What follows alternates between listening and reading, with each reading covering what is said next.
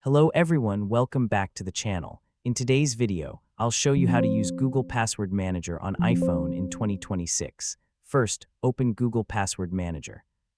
Here you'll see a list of all your saved passwords. Tap any account to view the saved username and password. If you want to make changes, tap Edit. From here, you can update your password or username and save the changes. If you no longer need a saved password, tap Delete to remove it from Google Password Manager. You can also use Password Checkup to find weak, reused, or compromised passwords.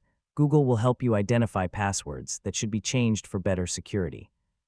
When you sign into a website or app, Google Password Manager can automatically fill in your saved login details, making sign-ins faster and more convenient. That's how to use Google Password Manager on iPhone in 2026. It's a simple and secure way to save, manage, and protect your passwords. Thanks for watching.